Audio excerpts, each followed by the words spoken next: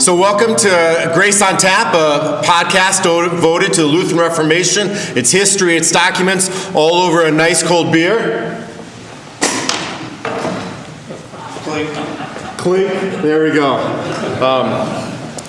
And so Mike Yeagley and I started this podcast in December of 2016. We had a desire to meet together, and he joined St. Paul Hamburg out of this history of his own faith life, wanting to get more engaged, but wasn't able, because of his business life, to really be someone that would be teaching a Bible study or leading a Sunday school or be able to do something. And he said, what else could I do? And I said, well, what are you interested in? And he said, I'm interested over the Lutheran Reformation, its history, its documents, its people, and I really enjoy beer. And I'm like, I feel like this is going to be a long friendship. And so we started writing this idea of a podcast. His son Josh built in his basement a little sound studio. We recorded in there for 3 years until I took the call to our shepherd. And then we thought that might be kind of the end of it. We tried Zoom, but it's really hard to clink a beer across Zoom. But the other more important thing is we just found the dynamic of talking to each other and seeing the body language when one person was done and another person was ready to talk, and when a person was tired of hearing the other person, and when another person was kind of jazzed. All of that was hard over Zoom. And so instead we would find different times to meet. And so the other thing that happened was Josh's son built a little sound studio, got us hooked up with our first microphones. His daughter Sarah did the artwork, and she played on her guitar the intro and outro music.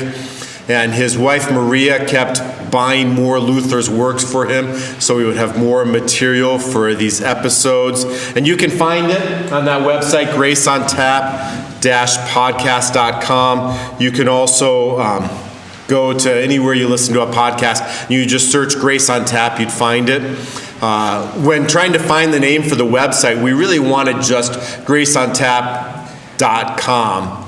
But there was already someone who had that. It was really frustrating to me, though, because I could tell that it wasn't being used, it wasn't active. I wrote to the guy and I said, can I just have your domain name? He never answered. So that's why it's -podcast.com. Our first episode premiered January 2nd, 2017. We prepared for it, and the way we prepare for it is Mike reads the documents, he prepares an outline, and I show up and I just start talking and hope that I sound as good as he does. I do have some time to prepare, but his outlining is really what kind of moves the pattern of the conversation. Although it's interesting, if you happen to have listened to the last episode, episode 84, we put it, there's this odd kind of jump in the narrative of us talking about Frederick the Wise, because I forgot that he had prepared the paper double-sided.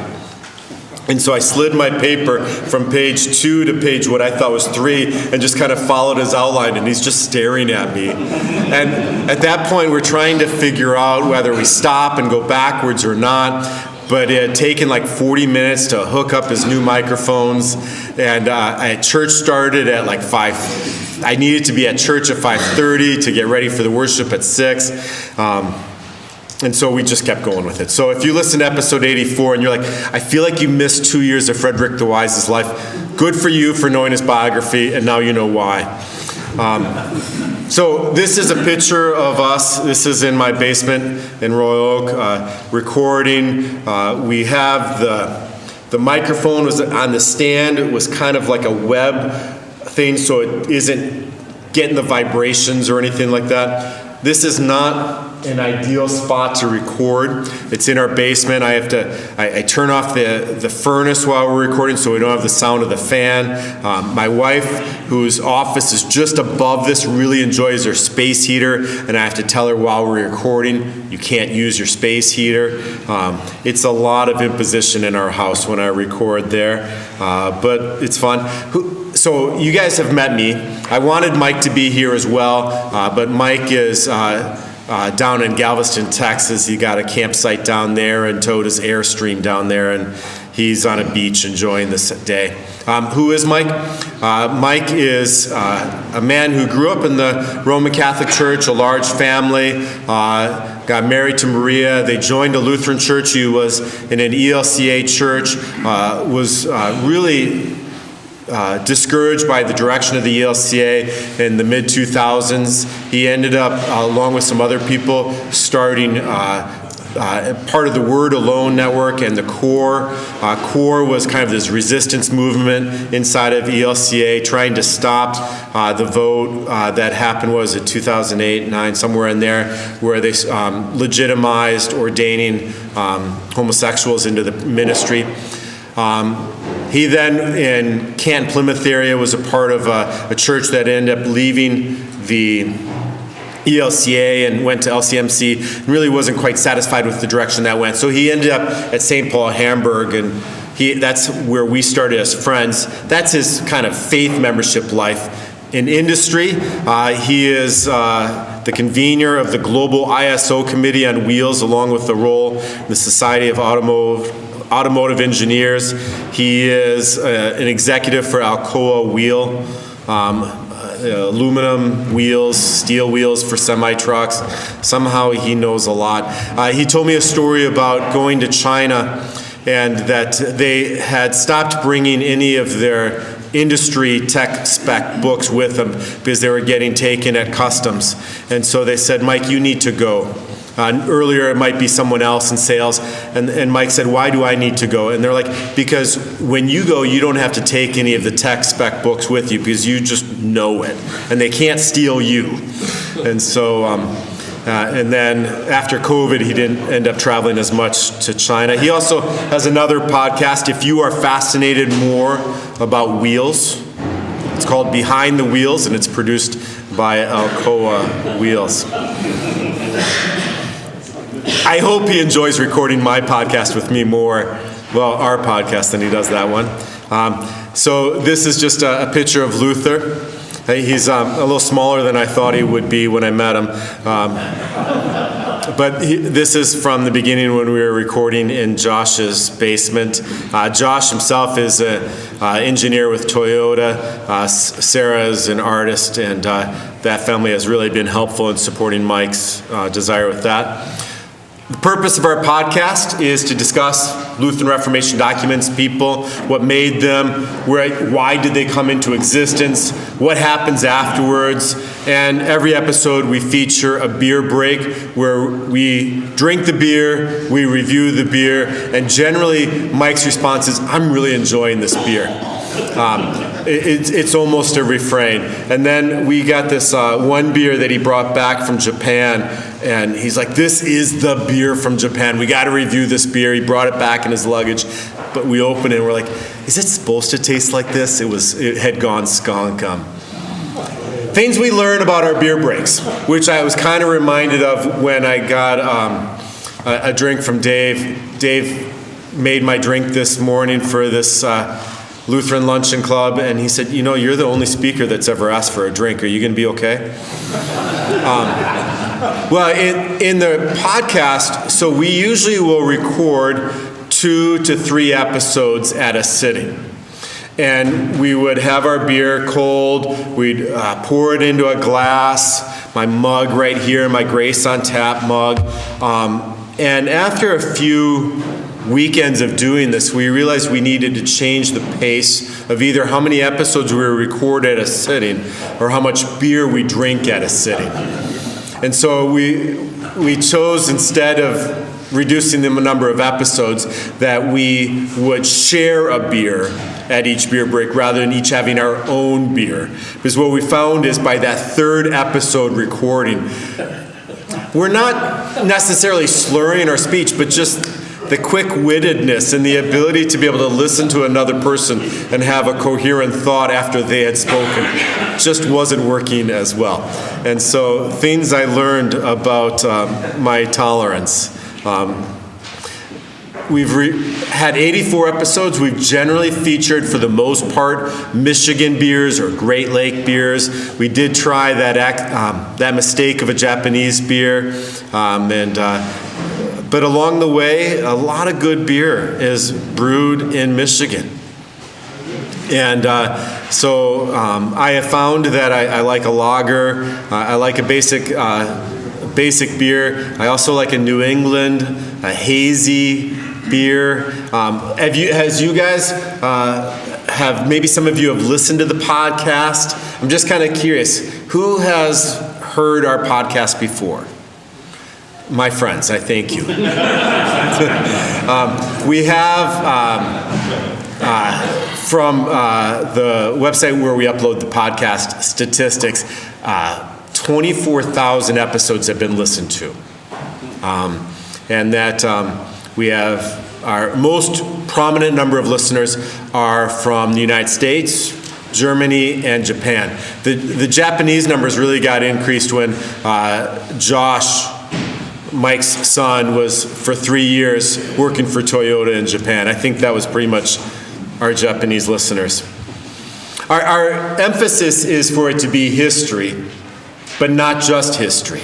Our idea is we talk about the documents, but do so somewhat from the perspective I have as a pastor and someone that is just fascinated by history, and Mike Yeagley's experience as someone who has grown up in the Roman Catholic Church and had kind of that ear of how Lutherans are scary, then living inside the Lutheran Church, but then kind of had that experience of being in a Lutheran church that really started to drift away from the core foundational things of what identifies us as Lutherans who believe in the Scriptures, and now returning back. Mike's ear is really, I think, attuned to the dangers of drift and how helpful it is to kind of have that foundational sense of history, not just as a sense of the past, but something that largely can still shape who we are today. I mentioned how Mike is likely to say I really enjoyed this beer.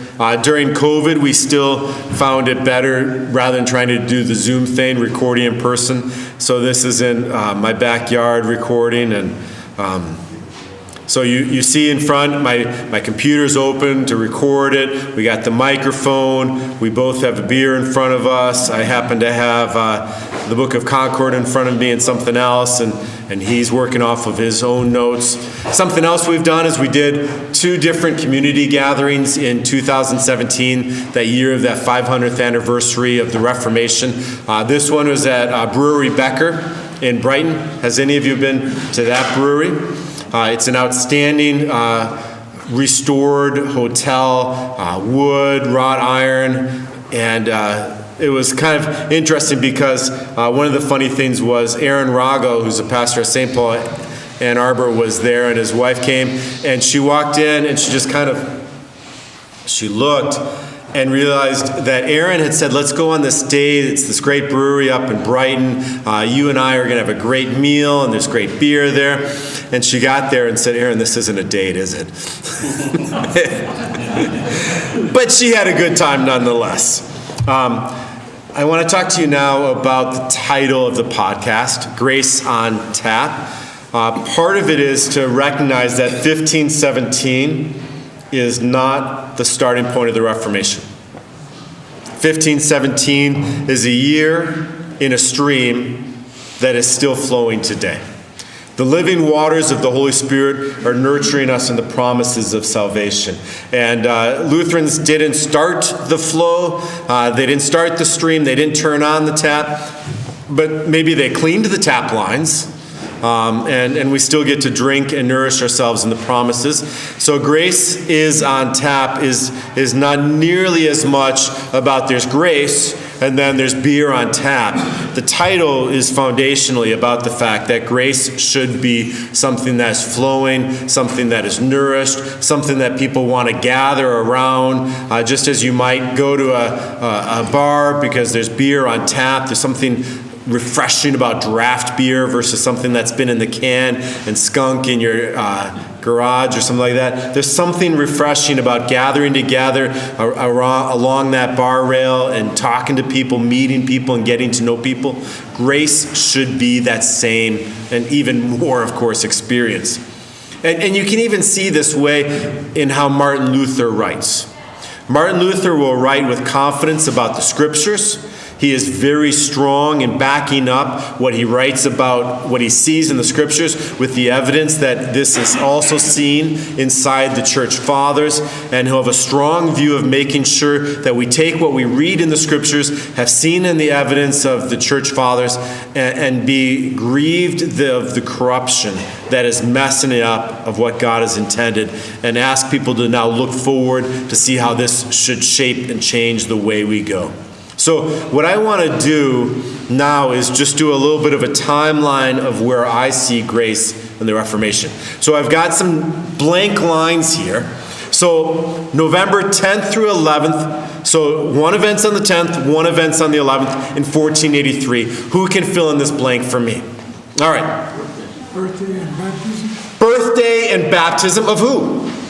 Of Martin Luther, that's right. So Martin Luther is born on November 10th and November 11th. St. Martin of Tours Day, he's baptized. All right, October 31st, 1517. Fill in the blank for this one. This one's a little bit easier for us Lutherans. Yeah, Marty. 95 Theses. 95 Theses, yes. Luther wants a debate on the doctrine of repentance and how grace flows in the church. All right, now February 18th, 1546.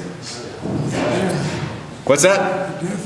The death of Luther, that's right. And Luther, interestingly, he was born and he died in the same town, but remarkably, he lived there very little. After he was born in 1483, it wasn't much after that his parents moved out of Eisenach over to Eisleben and to Erfurt, and then he ends up back in Eisenach in 1546 to resolve a dispute among a couple nobles.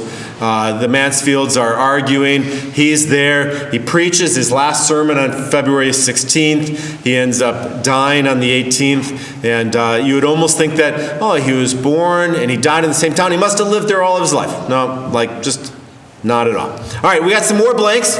This might be a little bit harder because there's lots of things that could have happened in these years, but I'm just thinking of a couple. All right, so 1436. This is not just exclusive to Lutherans, but is something we are all the benefit of. Gutenberg? Yeah, is that what you're thinking? All right, movable type press. Johannes Gutenberg. All right, this one might be a little bit harder. What happens in 1502? It involves the city of Wittenberg and Frederick the Wise. Start of the university. Yes, 1502, Frederick the Wise starts a university in Wittenberg. Frederick the Wise is the Elector of Saxony. The generation just before Frederick the Wise, the empire, the section of Saxony had been broken up into electoral Saxony and ducal Saxony. Ducal Saxony got the mines, got the wealth. Elector Saxony got the political vote of being the elector for the Holy Roman Empire. The Holy Roman Emperor is elected by 7 people called the electors. There's only 7 of them. And when the family of Frederick the Wise and the generation before him had brothers didn't get along, one got ducal Saxony, all the wealth. He got electoral Saxony, which is really helpful in the year of the election, but outside of that, you need something. And so he started a university. All right, July 2nd, 1505. The picture's a hint for this one. What happened that year? July 2nd, 1505, using the picture as a hint. You got a law student, he's traveling, there's a thunderstorm, and he prays, "Dear Saint Anne, save me and I will become a monk." Who says that?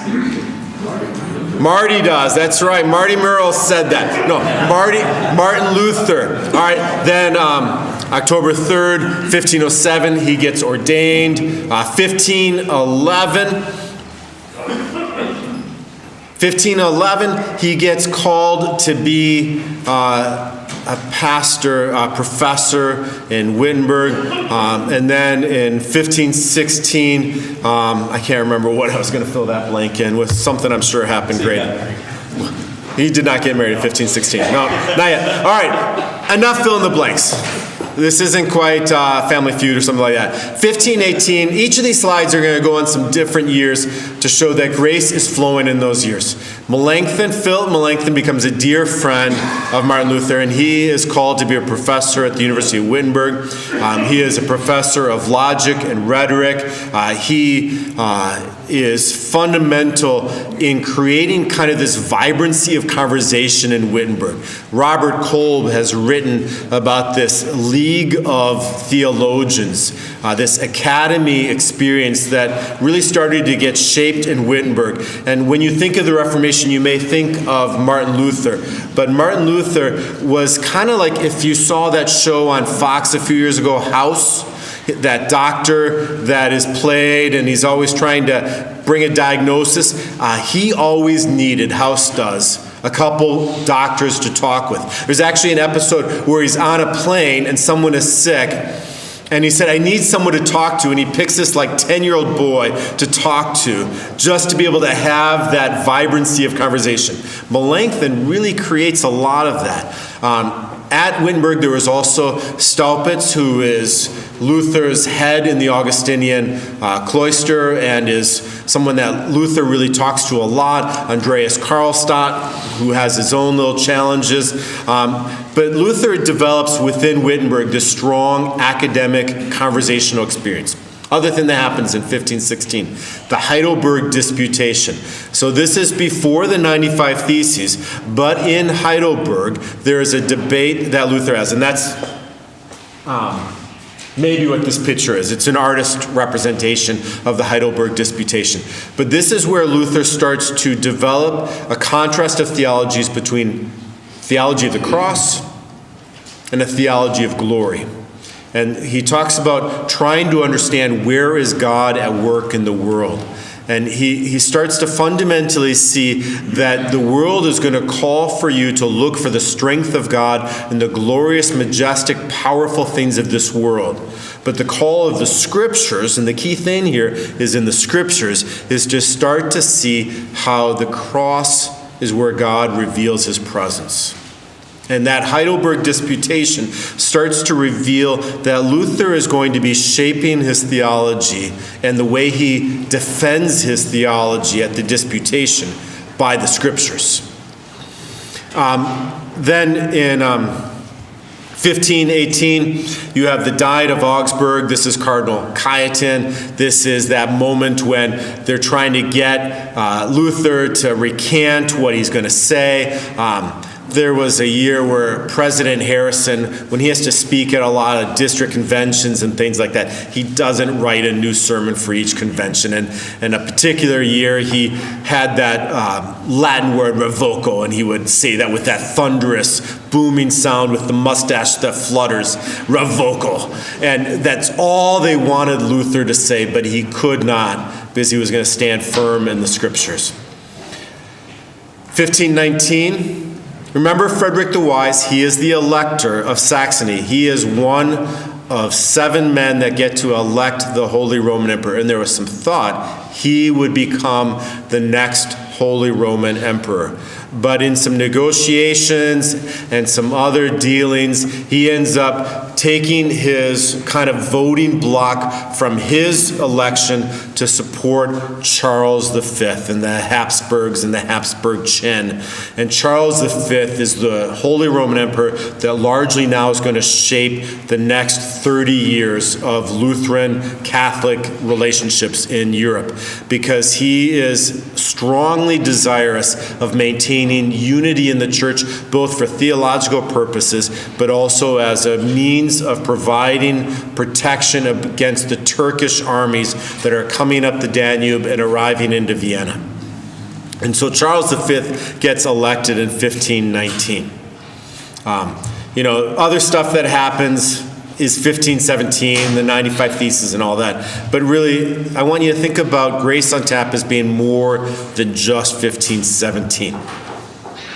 We're going to not touch every year, but just these next couple years have some key things. One is 1520, Papal Bull, Exsurge Domine. It has this quote that the Pope is saying, that Leo X is saying, that Luther has become a boar that is at loose in the vineyard and must be caught before he tramples down. If you've ever seen the altarpiece in the city church in Wittenberg, it has this drawing of Luther preaching in a pulpit. There's Christ on the cross in the middle. Then you've got all the people.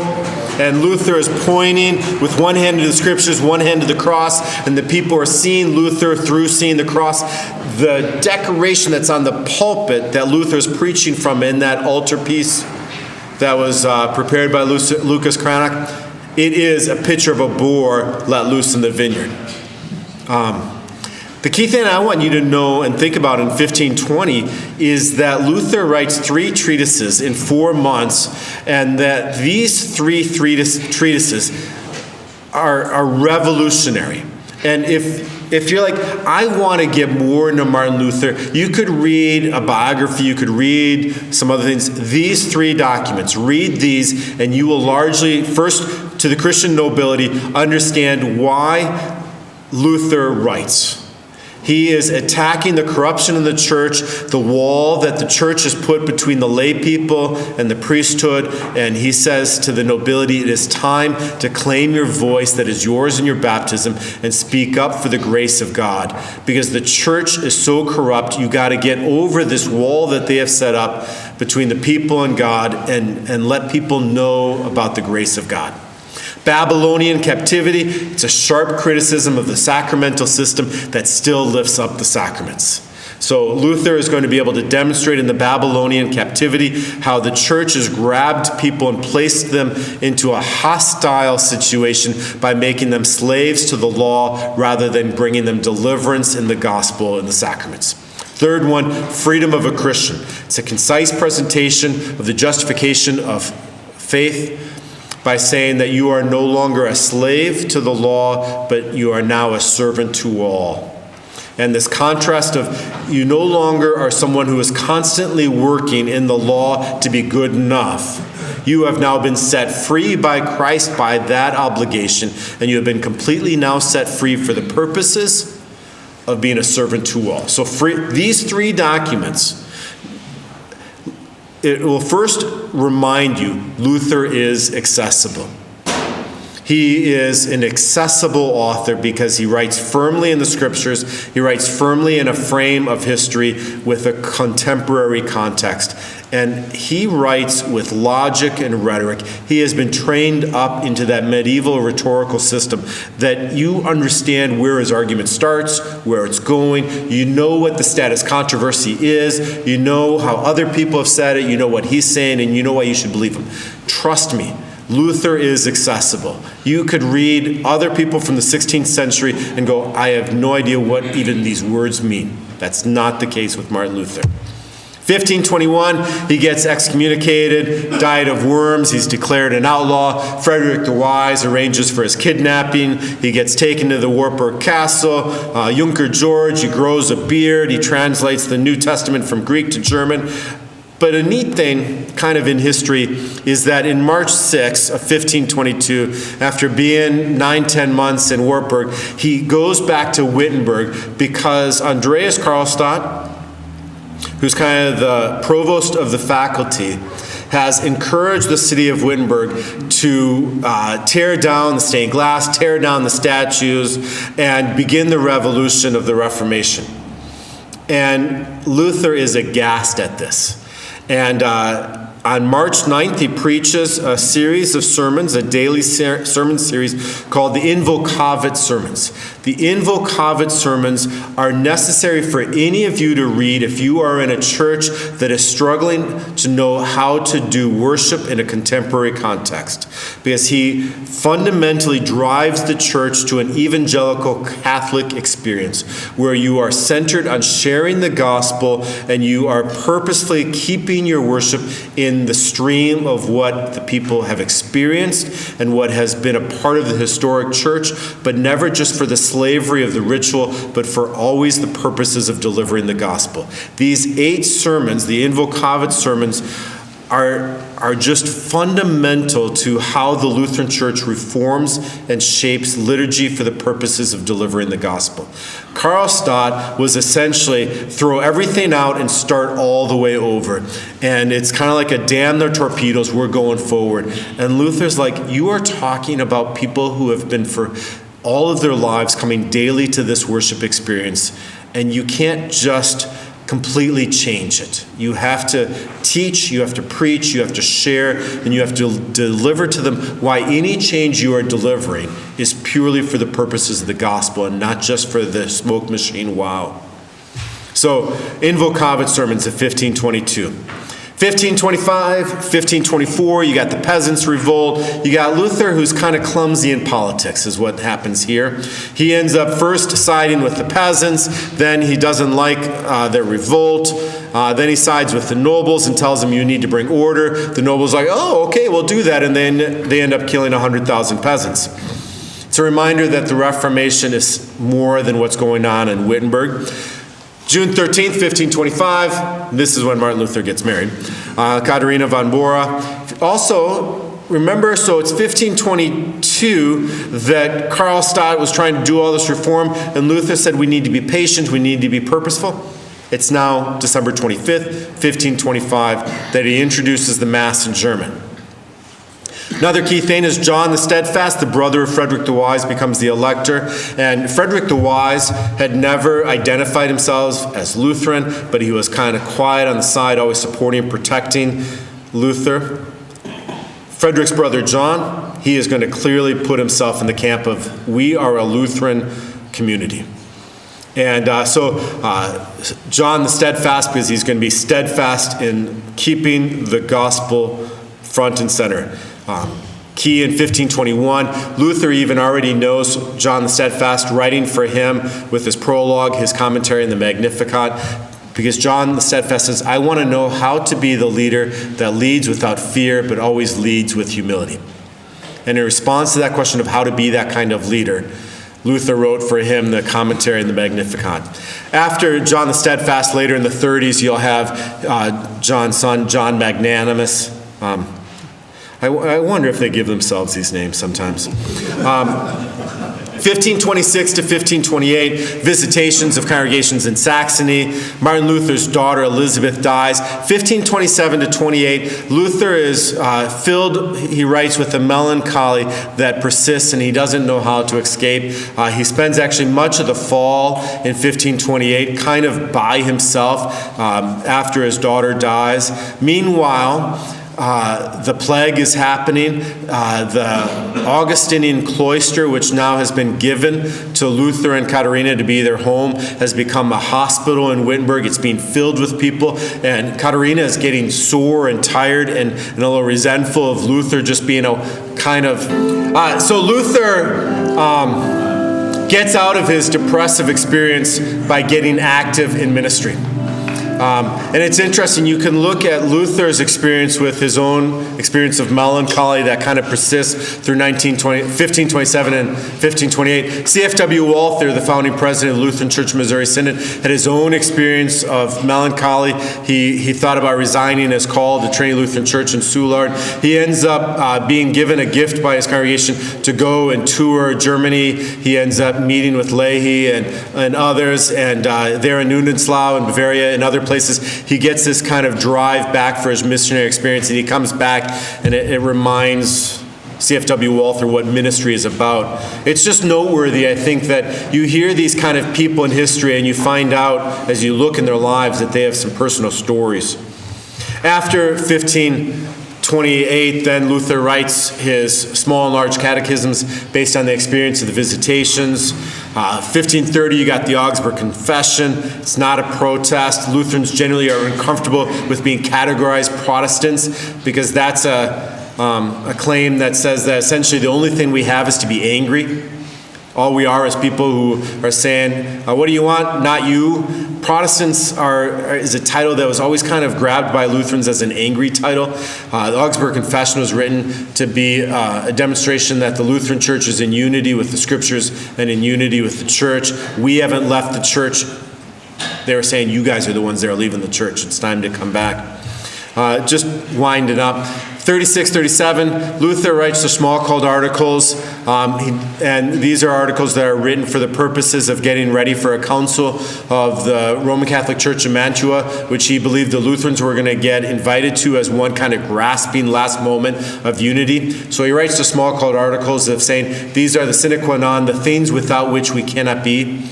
Small called articles are really kind of seen as Luther's last will and testament of these are the things you can never back down from. So if you want to figure out what kind of dialogue should you have with your Roman Catholic friends and family, read the small called articles, then talk to them.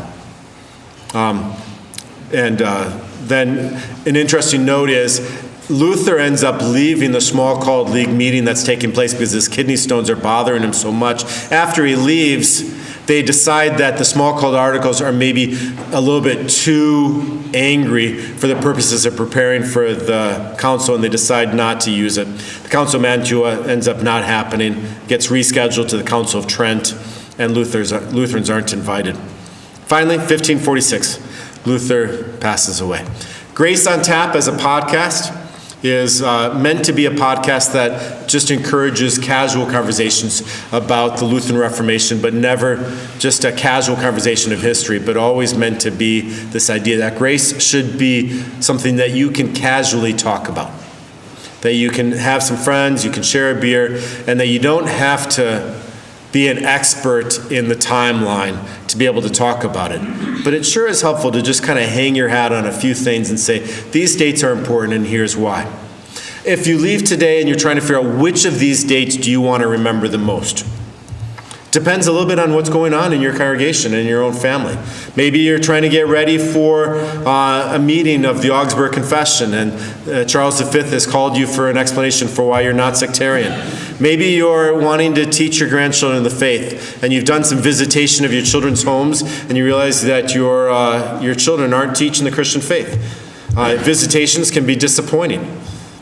Give them the small catechism. Give them the large catechism. Maybe you want to figure out a little bit more how to handle political revolt and not kill 100,000 people. Look at the time period of the Peasants' Revolt and realize theologians and politicians are always trying to figure out how to talk to each other and get shaped by one another, but rarely have the same answers.